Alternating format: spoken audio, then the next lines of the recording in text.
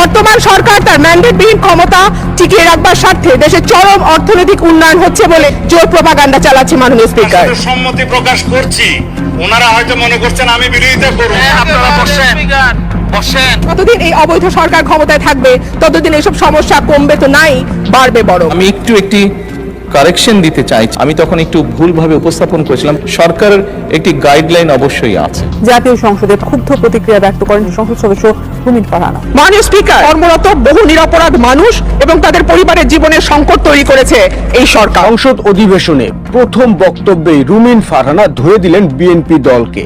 তার এ বক্তব্যে চটে গেলেন প্রধানমন্ত্রী। আমি একটি কারেকশন দিতে চাই। আমি তখন একটু ভুলভাবে উপস্থাপন করেছিলাম। সরকারের একটি গাইডলাইন অবশ্যই আছে। ঢাকা শহরে 1-2 ঘন্টা লোডশেডিং থাকে, কিন্তু গ্রামে সেটা 14 ঘন্টা পর্যন্ত গড়ায়।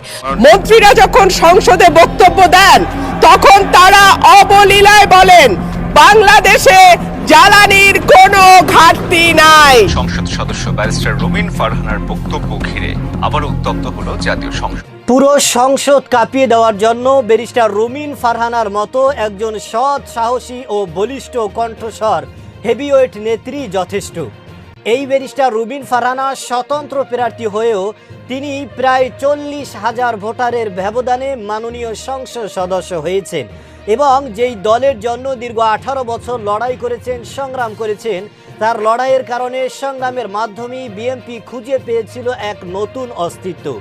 সেই বিএনপির বিরুদ্ধেই এবার তারেক রহমানের সামনে সংসদে ব্যারিস্টার রুমিন ফারহানা বিএনপির দুর্নীতি, অন্যায় ও অপকর্মের বিরুদ্ধে সরাসরি প্রতিবাদ করেছেন। দেশে খাম্বা আছে, কারেন্ট নেই, পাম্প আছে, তেল নেই এবং এই সরকার অবৈধ, নির্বাচন হয়েছে অবৈধ এবং এদেশে প্রায় 71% মানুষের গণভোট, গণরায় বাতিল করার পায়তারা করেছে এদেশের সরকার। এমন মন্তব্যে পুরো সংসদে সরকারি দলের তোপের মুখে পড়েছেন ব্যারিস্টার রুমিন ফারহানা। দর্শক, এ বিষয়ের কিছু অংশ ভিডিওর শুরুতে শিরোনামে আপনারা দেখেছেন, বিস্তারিত পুরো ভিডিও জুড়ে। তার আগে আমার একটা অনুরোধ, যারা আমার চ্যানেলে নতুন আসছেন চ্যানেলটি সাবস্ক্রাইব করে ওয়াল ক্লিক করে বেল আইকনটি বাজিয়ে দিন। দর্শক, চলুন দেখে আসি সংসদে তারেক রহমান এবং রুমিন ফারহানার মধ্যে কি ঘটেছে এবং কি নিয়ে তারা তর্কে বিতর্কে লিপ্ত হয়েছেন, সেটা আপনারা পুরো ভিডিওটা দেখলেই বুঝতে পারবেন। ভিডিওটা অত্যন্ত গুরুত্বপূর্ণ, তাই ধৈর্য ধরে একটি লাইক এবং পুরো ভিডিওটা শেষ পর্যন্ত দেখতে থাকুন। গণতন্ত্রের পবিত্র ঘর বলা হয় যে সংসদকে, সেই কক্ষেই যখন সত্য উচ্চারণের মাঝপথে হঠাৎ স্তব্ধ হয়ে যায় মাইক্রোফোন, তখন বুঝতে হবে ডাল মে কুছ কালা হ্যায়। কোনো এক অদৃশ্য সুতোর টানে কি আজ জনপ্রতিনিধিদের কণ্ঠ রুদ্ধ করা হচ্ছে? কেন তেলের মাইলের পর মাইল লম্বা লাইনের প্রশ্ন তুলতেই বন্ধ হয়ে যায় স্পিকার? এটি কি এক গভীর ষড়যন্ত্রের নীল নকশা? আজ নিউজ বিডি লাইভের ইনভেস্টিগেটিভ ডেস্কে উন্মোচিত হবে সেই সত্য যা ক্ষমতার অলিন্দে ধামাচাপা দেওয়ার চেষ্টা চলছে প্রতিনিয়ত। রাজধানী ঢাকার রাজপথ যখন মাঝরাতেও জেগে থাকে, তখন সেই জেগে থাকা উৎসবের নয়, সেই জেগে থাকা হলো কয়েক ফোঁটা জ্বালানি তেলের জন্য এক অনিশ্চিত লড়াই। ব্যারিস্টার রুমিন ফারহানা যখন সংসদের ফ্লোরে দাঁড়িয়ে সেই ধুলো বালি মাখা দীর্ঘ লাইনের কথা বলেন, তখন তা কেবল রাজনৈতিক ভাষণ থাকে না, তা হয়ে ওঠে সাধারণ মানুষের আর্তনাদ। তিনি যখন সংসদে দাঁড়িয়ে স্মরণ করিয়ে দেন বিখ্যাত সেই প্রবাদ, কাদম্বরী মরিয়া প্রমাণ করিল যে সে মরে নাই, তখন আসলে তিনি রাজনৈতিক অস্তিত্বের এক কঠিন বাস্তবতাকে তুলে ধরেন। তিনি স্পষ্ট করে দেন, তেলের দাম বৃদ্ধিতে সাধারণ মানুষের নাভিশ্বাস উঠলেও সরকারের মসনদে যেন কোনো হেলদোল নেই। কয়েক কিলোমিটার জুড়ে দাঁড়িয়ে থাকা ট্রাক চালকদের ক্লান্তি আর হাহাকার কি পৌঁছায় না সচিবালয়ের শীতাতপ নিয়ন্ত্রিত কক্ষে? মন্ত্রীদের বয়ানে যখন শোনা যায় বাংলাদেশে জ্বালানির কোনো ঘাটতি নেই, ঠিক তখনই পেট্রোল পাম্পের সামনে দীর্ঘ লাইনের দৃশ্য এক বিদ্রুপাত্মক বৈপরীত্য তৈরি করে। একে কি আমরা সরকারের আত্মতুষ্টি বলবো, নাকি জনগণের সাথে এক নিষ্ঠুর তামাশা? যদি জ্বালানি পর্যাপ্তই থাকে, তবে কেন 7টায় মার্কেট বন্ধের ফরমান? কেন অফিস আদালত 5 দিনের বদলে 3 দিনে নামিয়ে আনার পরিকল্পনা? এই স্ববিরোধিতা কি কোনো বড় বিপদের পূর্বাভাস দিচ্ছে না? সংসদীয় বিতর্কের এক পর্যায়ে যখন ব্যারিস্টার রুমিন ফারহানা সরকারের কাছে প্রশ্ন রাখেন, অকটেন বা ডিজেলের প্রকৃত মজুদ কতদিনের, পাম্পগুলো কেন শূন্য হয়ে আছে, ঠিক তখনই এক নাটকীয় মোড় আসে। মাঝপথেই তার মাইকটি নিস্তব্ধ করে দেওয়া হয়। ব্যারিস্টার রুমিন ফারহানার মাইক্রোফোন যখন এক অদৃশ্য নির্দেশে নিস্তব্ধ করে দেওয়া হলো, তখন সেই নিস্তব্ধতা ছিল বজ্রপাতের চেয়েও ভয়াবহ। কিন্তু সেই নিস্তব্ধতা ভেঙে দিয়ে সিংহের মতো গর্জে উঠলেন জামায়াতের আমির ডক্টর শফিকুর রহমান। সংসদের পবিত্রতা আর সদস্যদের মর্যাদার প্রশ্নে তিনি যা বললেন তা যেন ক্ষমতার মসনদকে এক মুহূর্তের জন্য কাঁপিয়ে দিল। তিনি স্পিকারের চোখে চোখ রেখে অত্যন্ত কঠোর ভাষায় স্মরণ করিয়ে দিলেন, এই সংসদ কোনো ক্লাব ঘর নয়, এটি দেশের সর্বোচ্চ সম্মানের জায়গা। যারা এখানে এসেছেন তারা জনগণের ভোট, ভালোবাসা আর অপরিসীম শ্রদ্ধা নিয়ে এসেছেন। কিন্তু যখন একজন সদস্য সত্য উচ্চারণ করতে গিয়ে বাধার সম্মুখীন হন, তখন সেই অপমান কেবল ব্যক্তির নয়, বরং তাকে ভোট দেওয়া লক্ষ লক্ষ মানুষের। ডক্টর শফিকুর রহমান অত্যন্ত নিপুণভাবে ট্রেজারি বেঞ্চের মুখোশ খুলে দিলেন। তিনি আক্ষেপ করে বললেন যে ট্রেজারি বেঞ্চের দায়িত্ব স্পিকারকে সহযোগিতা করা, তারা আজ সেই আসনকে কলঙ্কিত করছে। বারবার স্পিকারের অনুরোধ সত্ত্বেও সরকারি দলের সদস্যরা যেভাবে অঙ্গভঙ্গি আর হট্টগোল চালিয়ে যাচ্ছিলেন, তাকে তিনি বিবেকে আঘাত লাগার মতো দৃশ্য বলে অভিহিত করেন। যারা 4-5 বার সংসদ সদস্য নির্বাচিত হয়েছেন, তাদের কাছ থেকে এমন কুরুচিপূর্ণ আচরণ কি জাতি আশা করেছিল? আমিরের সেই বলিষ্ঠ প্রতিবাদ ছিল এক অমোঘ বার্তা। কণ্ঠরোধ করা যায়, কিন্তু বিবেকের তাড়নাকে স্তব্ধ করা অসম্ভব। জামায়াত আমিরের সেই তীব্র প্রতিবাদের রেশ কাটতে না কাটতেই দৃশ্যপটে আসেন তরুণ তুর্কি হাসনাত আব্দুল্লাহ। তিনি যেন ডক্টর শফিকুর রহমানের তোলা সেই প্রতিবাদের মশালটি আরও উঁচুতে তুলে ধরলেন। তিনি উন্মোচন করলেন এক প্রশাসনিক দেউলিয়াত্ব। কেন তারকা চিহ্নিত প্রশ্নগুলো, যা সরাসরি মন্ত্রীদের কাছে মৌখিকভাবে জিজ্ঞাসা করার কথা, তা কেবল টেবিলে জমা দিয়ে ধামাচাপা দেওয়া হচ্ছে? কেন সাংসদীয় কার্যপ্রণালী বিধি অনুযায়ী মন্ত্রীদের সামনাসামনি জবাবদিহিতার আওতায় আনা যাচ্ছে না? হাসনাত আব্দুল্লার মতে এটি একটি সুপরিকল্পিত মোনোলগ সেশন, অর্থাৎ এখানে কেউ শুনবে না, কেবল শাসক দল তাদের নিজের কথা বলে যাবে। মন্ত্রণালয়ের আমলারা যে বয়ান তৈরি করে দিচ্ছেন, মন্ত্রীরা কেবল সেই স্ক্রিপ্ট পাঠ করে নিজেদের দায় সারছেন। এটি কি জনগণের সাথে এক প্রকার ডিজিটাল প্রতারণা নয়? একজন সংসদ সদস্য যখন সম্পূরক প্রশ্ন করার অধিকার হারান, তখন আসলে ওই এলাকার হাজার হাজার মানুষের কণ্ঠস্বর চিরতরে হারিয়ে যায় ফাইলে।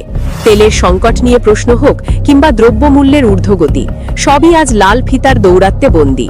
হাসনাত আব্দুল্লাহর সেই তীক্ষ্ণ উচ্চারণ আমরা কোথায় বলবো প্রমাণ করে যে সংসদ এখন আর তর্কের ময়দান নয়, বরং পূর্ব নির্ধারিত চিত্রনাট্য মঞ্চায়নের এক রুদ্ধদ্বার রঙ্গমঞ্চে পরিণত হয়েছে। আমরা এমন এক সময়ে বাস করছি যেখানে প্রযুক্তির উৎকর্ষই যেন মানুষের বাকস্বাধীনতার সবচেয়ে বড় শৃঙ্খল। হাসনাত আব্দুল্লাহ সংসদে যে চাঞ্চল্যকর তথ্যটি তুলে ধরলেন, তা শুনলে যে কোনো সচেতন নাগরিকের কপালে চিন্তার ফাজ পড়তে বাধ্য। সাইবার নিরাপত্তা আইনের 25 ধারা, যাকে বর্তমানে ভিন্নমত দমনের প্রধান অস্ত্র হিসেবে ব্যবহার করা হচ্ছে। ভেবে দেখুন, যে ধারায় যৌন নির্যাতন বা চরম আপত্তিকর বিষয়ের বিচার হওয়ার কথা, সেই একই ধারায় কার্টুন শেয়ার করার অপরাধে গ্রেফতার করা হচ্ছে সাধারণ মানুষকে। এটি কি আইনের অপপ্রয়োগ, নাকি এক সুপরিকল্পিত ভয়ের রাজত্ব কায়েম করার প্রচেষ্টা? দর্শক, পুরো সংসদ কাঁপিয়ে দেওয়ার জন্য ব্যারিস্টার রুমিন ফারহানা একলাই যথেষ্ট। এই ব্যারিস্টার রুমিন ফারহানার যেই প্রতিভা, তার যেই সৎ এবং সাহসিকতা রয়েছে, এগুলোকে চিরতরে বন্ধ করে দেওয়ার জন্য এবং রাজনীতি থেকে তাকে চিরতরে সরিয়ে দেওয়ার জন্য যেই মাস্টার প্ল্যান করা হয়েছিল বিএনপির পক্ষ থেকে, এবং ব্যারিস্টার রুমিন ফারহানাই গণমাধ্যমে জানিয়েছেন যে তাকে এই রাজনীতি থেকে সরিয়ে দেওয়ার জন্য এবং সে যাতে করে সংসদ সদস্য হতে না পারে সেজন্য বিএনপি তাদের সর্বোচ্চ শক্তি ব্যয় করেছে। এবং এই ব্যারিস্টার রুমিন ফারহানার বিরুদ্ধে তারা নানা ষড়যন্ত্র এবং দুর্নীতি, অন্যায়, অপকর্ম তার বিরুদ্ধে করেছেন। কিন্তু ব্যারিস্টার রুমিন ফারহানার তার যেই মানুষ, তার প্রতি যেই সাপোর্ট রয়েছে এবং তার যেই নেতাকর্মীরা রয়েছেন, তাকে যারা সাপোর্ট করেছেন এবং তার যেই সমস্ত মানুষ রয়েছেন তার পক্ষে, তা হয়তো বিএনপি সরকার কোনোভাবেই আশ করতে পারেনি। যে কারণেই ব্যারিস্টার রুমিন ফারহানার তার জনপ্রিয়তা যে এত বেশি, সেটা ব্যারিস্টার রুমিন ফারহানা নিজেও বুঝতে পারেনি। এজন্য সংসদে তিনি বলেছিলেন যে আমি বিএনপিকে ধন্যবাদ জানাই আমাকে মনোনয়ন না দেওয়ার জন্য, কারণ মনোনয়ন দিলে তিনি হয়তো বুঝতে পারতেন না যে তার জনপ্রিয়তা এতটা বেশি। সেই ব্যারিস্টার রুমিন ফারহানা এবার সংসদে এই বিএনপির বিরুদ্ধে, যেই বিএনপির জন্য তিনি দীর্ঘ 18 বছর লড়াই করেছেন, সংগ্রাম করেছেন, সেই বিএনপির বিরুদ্ধেই এবার সংসদে দাঁড়িয়ে তিনি সরাসরি প্রতিবাদ করেছেন অন্যায়ের বিরুদ্ধে, দুর্নীতির বিরুদ্ধে, অপকর্মের বিরুদ্ধে। তিনি বলেছেন এই নির্বাচনটা একটা কারচুপির নির্বাচন হয়েছে এবং এই সরকার অবৈধ, তিনি অবৈধভাবে ক্ষমতা এসেছেন এবং তিনি ক্ষমতা দখল করেছেন।